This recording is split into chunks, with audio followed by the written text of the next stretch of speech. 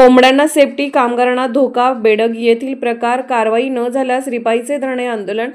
बेडग मंगसुळी रस्त्यावर घडलेल्या प्रकारामुळे कामगार सुरक्षेचा गंभीर प्रश्न उभा राहिला आहे।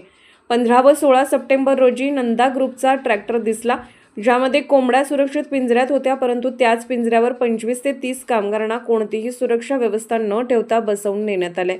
सेफ्टी बेल्ट, सुरक्षात्मक साधने याचा पूर्ण अभाव होता।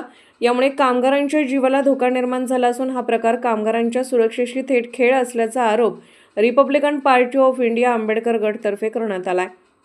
या घटनेचे फोटो व पुरावे पक्षाकडे असून कंपनीवर कठोर कारवाई करून परवाना रद्द करावा अशी मागणी कामगार आयुक्तांकडे निवेदनाद्वारे करण्यात आली।